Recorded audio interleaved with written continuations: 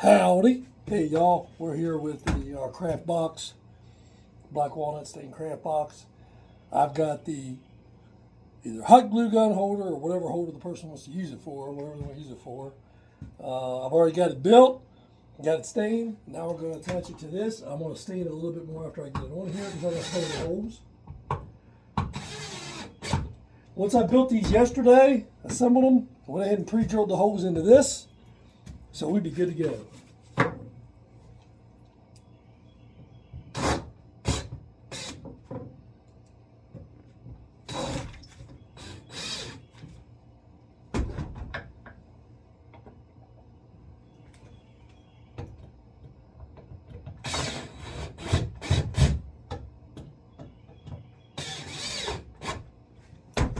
There you go.